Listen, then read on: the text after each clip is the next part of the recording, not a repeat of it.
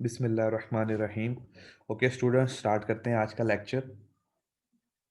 अच्छा, हम जो हमारा सेकंड प्रोसेस ग्रुप है in the life cycle of our project, वो है, आपको याद होगा, दैट इज़ प्लानिंग। ठीक है। प्लानिंग में दो इम्पोर्टेंट काम हैं जो हम करते हैं, that is activity duration estimation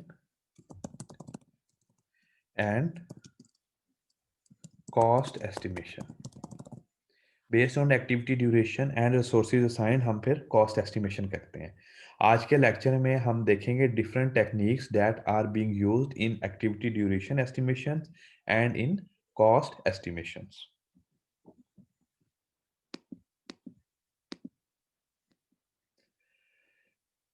First of all, we will throw a glance on methods for estimating activity durations. ठीक है। अच्छा, अब आपको याद है हम वर्क ब्रेकडाउन स्ट्रक्चर बनाते थे WBS प्लानिंग में, उसमें डिफरेंट हम एक्टिविटीज़ लिस्ट आउट करते हैं। अब उन एक्टिविटीज़ को लिस्ट आउट करने के बाद हम उन्हें उनका ड्यूरेशन डिफाइन करते हैं, that in how many days, in how much time period this particular activity will be completed. Duration estimate करने के लिए जो टेक्निक्स यूज़ होती हैं उनमें सबसे पहली है हिस्टोरिकल डाटा।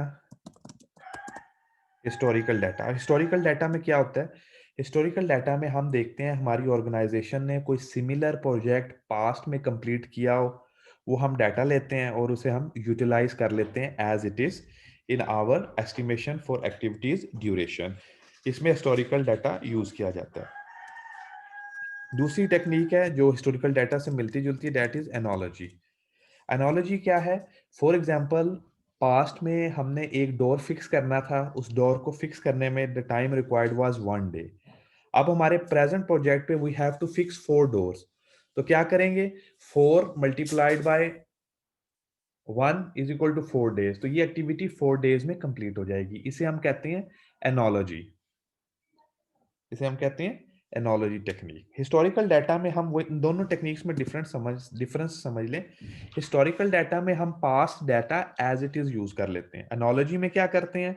हम similar information, similar data find करते हैं और फिर हम उसे फिट कर लेते हैं, उसे मॉडिफाई कर लेते हैं एज पर नीड और requirement of our present project. This is called analogy. Next technique है एक्सपर्ट जजमेंट। एक्सपर्ट जजमेंट में क्या है कि जो हमारा एक्सपीरियंस स्टाफ है, experience project manager, experience planner, experienced site manager और experience project engineer, we take a review from them, we seek their help and we tell them that assign this particular activity a decent number of days based upon your expert judgment। इसकी देखें कोई logical explanation, logical reasons नहीं होती, इस पे argue नहीं किया जा सकता क्योंकि ये एक्सपर्ट जजमेंट है। ये आप समझ लें कि एजुकेटेड गैस है। We can also call it an educated guess. Fourth technique जो यूज होती है, that is called Delphi technique. अच्छा, अब डेल्फाई टेक्निक में क्या होता है? डेल्फाई टेक्निक में हम किसी भी पर्टिकुलर टास्क, एक्टिविटी से रिलेटेड एक्सपर्ट लोगों को कलेक्ट कर लेते हैं एक कॉन्फ्रेंस रूम में। ठीक है। एंड देन द जॉब और the work is explained to them in detail और फिर उनसे रिक्वेस्ट की जाती है that give their best expert judgment और give their best estimation for this particular activity. और डिपेंडिंग अपॉन देयर आउटपुट और देयर एस्टिमेशंस फिर एक ड्यूरेशन को फाइनलाइज कर लिया जाता है किसी भी पर्टिकुलर एक्टिविटी के लिए। इसे हम कहते हैं डेल्फाई टेक्निक। डेल्फाई टेक्निक सिर्फ एस्टिमेशन में यूज नहीं होती, ये कंट्राडिक्शन रेजोल्यूशन में भी अप्लाई होती है ये टेक्निक, और भी इसके सेवरल यूजेस हैं। बट हियर चूंकि हम पढ़ रहे हैं एस्टिमेटिंग एक्टिविटी ड्यूरेशन, तो डेल्फाई एक टेक्निक है जो कि एस्टिमेशन में भी अप्लाई होती है। Next is called 3 point estimation technique. Okay, अब ये आप लोगों ने समझना है कि why we call it 3 point. हम इसे 3 पॉइंट क्यों कहते हैं? इस particular technique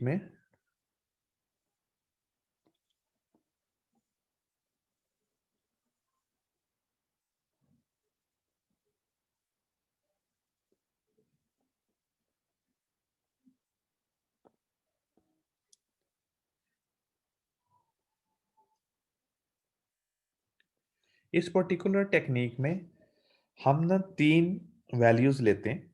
first value the most optimistic approach.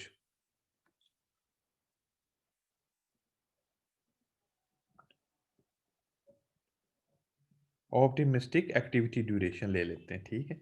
Second हम लेते हैं पेसिमिस्टिक। पेसिमिस्टिक और थर्ड हम लेते हैं मोस्ट लाइकली। ठीक है, मैं डोर की फिक्सेशन की ही एग्जांपल देता हूँ। अज्यूम करें एक सिंगल डोर है, उसको फिक्स करने में, उसकी इंस्टॉलेशन में मैक्सिमम बुरे से बुरे हालात में भी 3 डेज़ लग सकते हैं, ठीक है? हर किस्म का रिस्क इन्वॉल्व करके, हर किस्म का रिस्क कंसीडर करके 3 डेज़ लग सकते हैं maximum. This is called pessimistic value. Pessimistic approach के बुरे से बुरे हालात में, बुरे से बुरे कंडीशंस में considering taking all risk into consideration 3 days लग सकते हैं, ठीक है? अच्छा, मोस्ट ऑप्टिमिस्टिक अप्रोच क्या है कि कम से कम कितने दिनों में ये फिक्स हो सकता है डोर? 1 डे में। मोस्ट लाइकली क्या है? मिड दैट इज़ 2, अमूमन 2 दिन में लगता है, मोस्ट लाइकली 2 में है। तो अब हम क्या करेंगे? यूजिंग दीज़ वैल्यूज़ हम एक फार्मूला अप्लाई करेंगे, 3 point formula E is equal to optimistic value plus 2 times most likely value plus pessimistic value divided by 6। और जो हमारे पास आंसर आएगा इन वैल्यूज को पुट करके, that will be our estimation for the duration of that particular activity. ठीक है, तो इसे हम कहते हैं 3 पॉइंट एस्टिमेशन टेक्निक। अब 3 पॉइंट क्यों कहते हैं वो आप लोग समझ गए होंगे। 3 पॉइंट हम इसलिए कहते हैं कि we have 3 values, the most optimistic value, pessimistic value and most likely value. ठीक है। अच्छा, इसमें ना एक अल्टरनेटिव फार्मूला भी यूज होता है and that is E is, जिसमें सबको इक्वल वेटेज दे दी जाती है।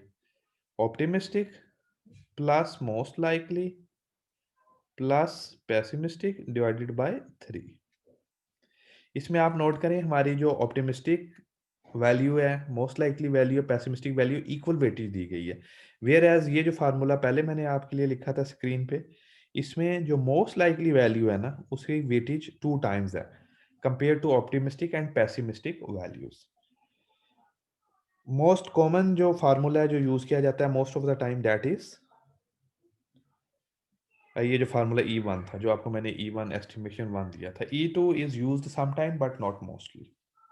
ठीक है, तो क्या है इस टेक्निक का नाम? It is called 3 point estimation technique. इस स्लाइड को रिवाइज कर लें, then we will move to next topic.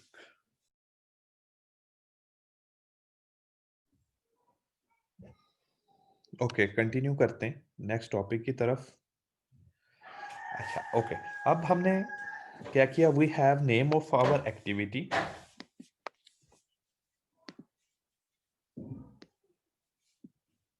We have activity name, then we have activity duration, then we will have resources assigned for this particular activity,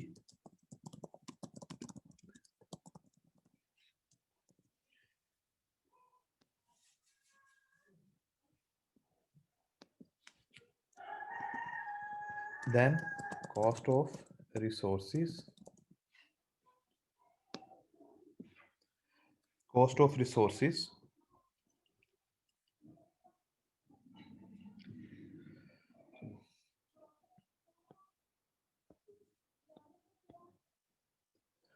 activity name, activity duration अभी हमने last में देखा हम कैसे estimate करते हैं। Activity duration के बाद उस पर्टिकुलर एक्टिविटी को रिसोर्स असाइन होता है। For example, coming back to the door की मिसाल की तरफ मैं आता हूँ, डोर है, डोर को फिक्स करने के लिए हमारे पास एज्यूम करें we activity duration is 3 days और इसके लिए हमें 2 वर्कर्स चाहिए इंटू 2 हर वर्कर को पर डे है 1000 ठीक है, उसकी जो लेबर चार्ज है 1000 टोटल क्या हो गया कॉस्ट इस एक्टिविटी की 6000 मैन पावर की कॉस्ट होगी, ठीक? प्लस फिर डोर की कॉस्ट है,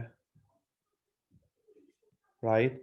फिर कुछ एक्सेसरीज़ और ऑक्सिलरीज़ की कॉस्ट होगी and so on.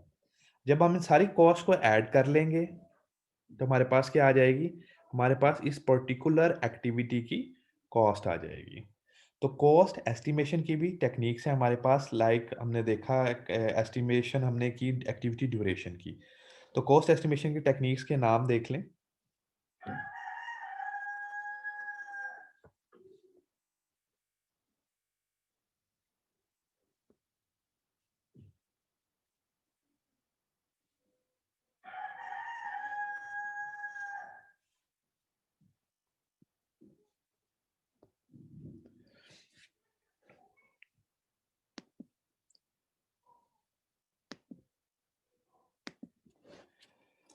First of all bottom up estimation estimation अब बॉटम अप एस्टिमेशन कैसे की जाती है? बॉटम अप एस्टिमेशन में जो स्मॉल सब एक्टिविटीज़ हैं, हर एक्टिविटी की कॉस्ट कैलकुलेट की जाती है और फिर उन सारी कॉस्ट को ऐड कर लिया जाता है सीक्वेंस में and we get total cost estimate of our project. For example मेरे प्रोजेक्ट में 3 एक्टिविटीज़ हैं, installation of window, installation of door, installation of electrical fittings. ठीक है, मेरे पास 3 चीज़ें हैं। तो हर एक्टिविटी की कॉस्ट कैलकुलेट कर ली जाएगी। डोर की इसमें मटेरियल कॉस्ट भी होगी, रिसोर्सेज़ की कॉस्ट भी होगी, एक्सेसरीज़ की कॉस्ट भी होगी। फॉर एग्जांपल दिस इज़ 5 के, 10 के एंड दिस इज़ 15 के। ठीक है? और ये हमारा एक रूम 1 है, रूम 1। अब यहाँ पे जो टोटल कॉस्ट आ जाएगी इस हेड के अंडर दैट विल बी 20 के। ठीक है? तो बॉटम अप एस्टिमेशन में हम जो सब एक्टिविटीज़ हैं, उन इंडिविजुअल एक्टिविटीज़ की कॉस्ट कैलकुलेट करते हैं।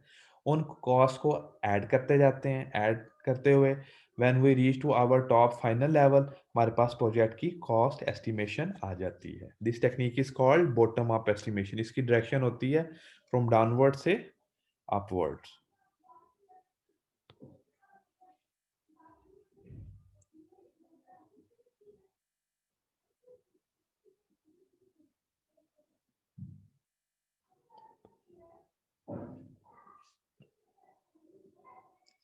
सेकंड टेक्निक जो इसके बिल्कुल ऑपोजिट है, this is called top down estimation.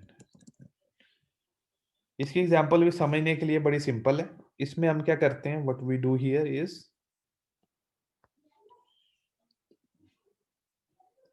For example we have to build a room. ठीक है, रूम में हमारे पास क्या क्या होगा, foundation, grey structure, electric works, plumbing works, और बताएं और क्या क्या होता है, wood works and miscellaneous works. ठीक है, इसे मैं हेडिंग भी दे देता हूँ। ये है room, we have grey structure GS, we have woodworks, we have finishing works, we have doors, we have windows, we have plumbing works and so on। Bottom top down estimation में हम क्या करेंगे, हम इस रूम के लिए assume करें we have fixed an amount of 30,000। इसमें हम पहले ही बजट फिक्स कर देंगे and then this amount will be distributed in these सब activities depending upon the resource they need and the time they need depending upon material। इसमें जो price की डिवीजन है, प्राइस की डिस्ट्रीब्यूशन है, वो टॉप से बॉटम की तरफ होती है। जो मेजर हेड है हमारा, उसको हम एक बजट एक अमाउंट एलोकेट कर देते हैं और उसके बाद उसकी डिवीजन सब एक्टिविटीज के दरमियान कर दी जाती है।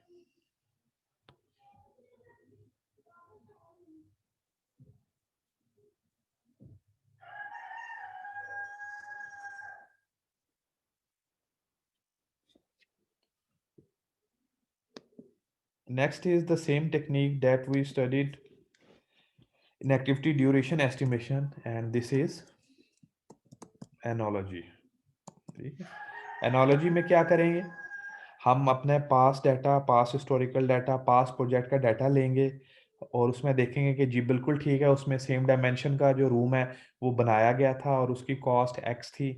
मेरे पास ऐसे 3 रूम हैं, तो जो मेरी कॉस्ट आ जाएगी that will B, historical cost थी सिंगल रूम की x H, I call it x H historical cost. ठीक है, मेरे पास टोटल जो है, I have an number of rooms in my project, तो इनको मल्टीप्लाई कर देंगे, ये इसे कहते हैं हम एनोलॉजी। ठीक है, इसमें मिनिमम कैलकुलेशंस इन्वॉल्व होती हैं क्योंकि हमारे पास एक रेडी रेफरेंस अवेलेबल होता है।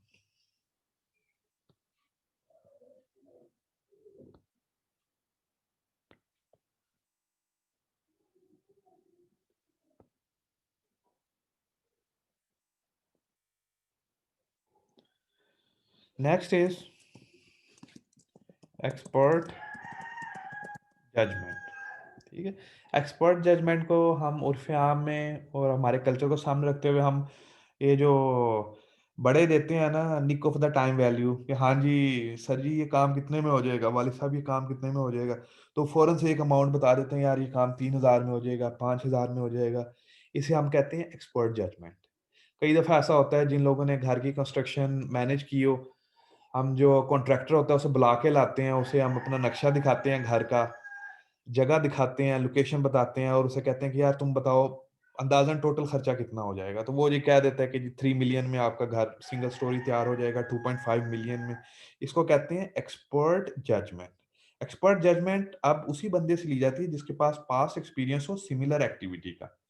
अब ऐसा नहीं है कि घर की कंस्ट्रक्शन की एक्सपर्ट जजमेंट हम कुक से लेंगे, ठीक है? या माली से लेंगे या वाशरमैन से लेंगे। No, this is not the way. Expert judgement is always seeks from the expert guys who have past experience in similar field. तो आप लोग का जो फील्ड ऑफ स्टडी है that is software engineering and information technology, तो जब आप ये टेक्निक यूज़ करेंगे एक्सपर्ट जजमेंट की, you will seek a person, you will find a person who has past experience in IT projects or software engineering projects। ठीक है, ऐसे आप शख्स एक्सपर्ट जजमेंट अपने project related cost estimation and activity duration पे नहीं ले सकते जिसके पास दूसरे फील्ड का एक्सपीरियंस हो। I personally myself is a project manager, I work as a project manager for around 10 years, लेकिन मेरी फील्ड टोटली डिफरेंट थी। मैं प्रोजेक्ट मैनेज करता था electromechanical based, construction based, power plants के, सी वाटर डिसैलिनेशन प्लांट्स के। तो जो टेक्निक्स और टर्म्स यूज़ होती हैं वो प्रोजेक्ट्स में सारी कॉमन है, प्रोजेक्ट मैनेजमेंट नॉलेज एरियाज़ वो कॉमन है। Either they are IT projects, software engineering projects और वो प्रोजेक्ट जो मैं हैंडल मैनेज करता था। लेकिन in this particular case, in this scenario, I cannot give you any idea, clue, review about your project requirements in term of cost estimation and activity duration estimation, क्योंकि मैं मेरी जो expert judgement होगी वो valid नहीं होगी in present case. तो expert judgment में जो सबसे बड़ा कॉन्स्ट्रेंट है वो यही है कि अगर तो आपने एक्सपर्ट जजमेंट सही आदमी से, राइट पर्सन से विद राइट एक्सपीरियंस ले ली, सीख कर ली, ओके वेरी गुड, वो आपके लिए हेल्पफुल होगी। और अगर वही एस्टिमेशन आपको किसी अनाड़ी आदमी ने दे दी, इररिलेवेंट फील्ड के आदमी ने दे दी, तो this could be a disaster for your project.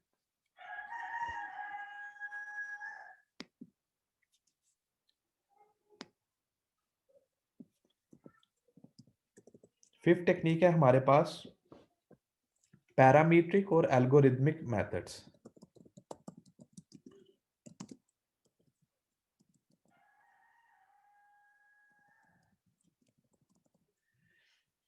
Parametric and algorithmic method ये ज़्यादा सिस्टमैटिक और कैलकुलेटेड मेथड्स हैं जिसमें हम पास्ट डाटा भी यूज़ करते हैं, एनालॉजी भी यूज़ करते हैं और ऑन टॉप ऑफ दैट कुछ कैलकुलेशंस भी परफॉर्म करते हैं एस्टिमेट्स हासिल करने के लिए for cost of our project.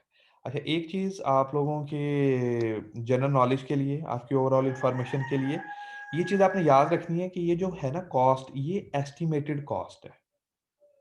ये एस्टिमेटेड कॉस्ट है। एंड ऑफ द प्रोजेक्ट हमेशा ये कंप्लेंट सुनी जाती है, की जाती है कि जी हमारा जो प्रोजेक्ट है ना वो वो ओवर बजट हो गया, वो बजट को ब्रीच कर गया। ठीक है, जो वैल्यूज़ दी गई थी शुरू में बजट की, अमाउंट की, वो तो ब्रीच हो गई। क्यों ब्रीच होगी? सबको ये माइंड में रखना चाहिए दैट ये एक एस्टिमेशन है, ये एक गुड गैस है based upon several variables, based upon several inputs. तो दिस इज़ एन एस्टिमेशन। इसमें प्लस माइनस डिफरेंस आएगा, इसमें टॉलरेंस होगी। अच्छा, पैरामीट्रिक और एल्गोरिथमिक जो मेथड्स हैं, इनमें हम टेक्निक्स यूज़ करते हैं line of codes, function points, formulas and equations भी हैं, फिर interpolation, extrapolation that can be used as well. और फिर बड़ा एक फेमस मॉडल है कोकोमो मॉडल। कोकोमो मॉडल ये भी एस्टिमेशन में यूज होता है कॉस्ट की। ठीक है जी, ये स्लाइड आप लोग स्टडी कर लें। जी स्टूडेंट, ये स्लाइड देख ली आपने। नेक्स्ट जो लेक्चर होगा आपका, नेक्स्ट वो आपके दो लेक्चर कंबाइन होते हैं, उसमें मैं आप लोगों को बताऊंगा पैरामीट्रिक और एल्गोरिथमिक मेथड्स। बड़े इंपॉर्टेंट मेथड्स हैं ये, most of the time apply होते हैं, यूज़ होते हैं आपकी फील्ड में, and you should have very good knowledge of these methods. आज के लिए इतना काफ़ी है। अगर किसी स्टूडेंट को कोई क्वेश्चन है, कन्फ्यूजन है एस्टिमेशन के मेथड्स में, आप प्लीज़ पूछ सकते हैं अभी भी, और बाद में भी आप मेरे व्हाट्सएप पे मैसेज कर सकते हैं।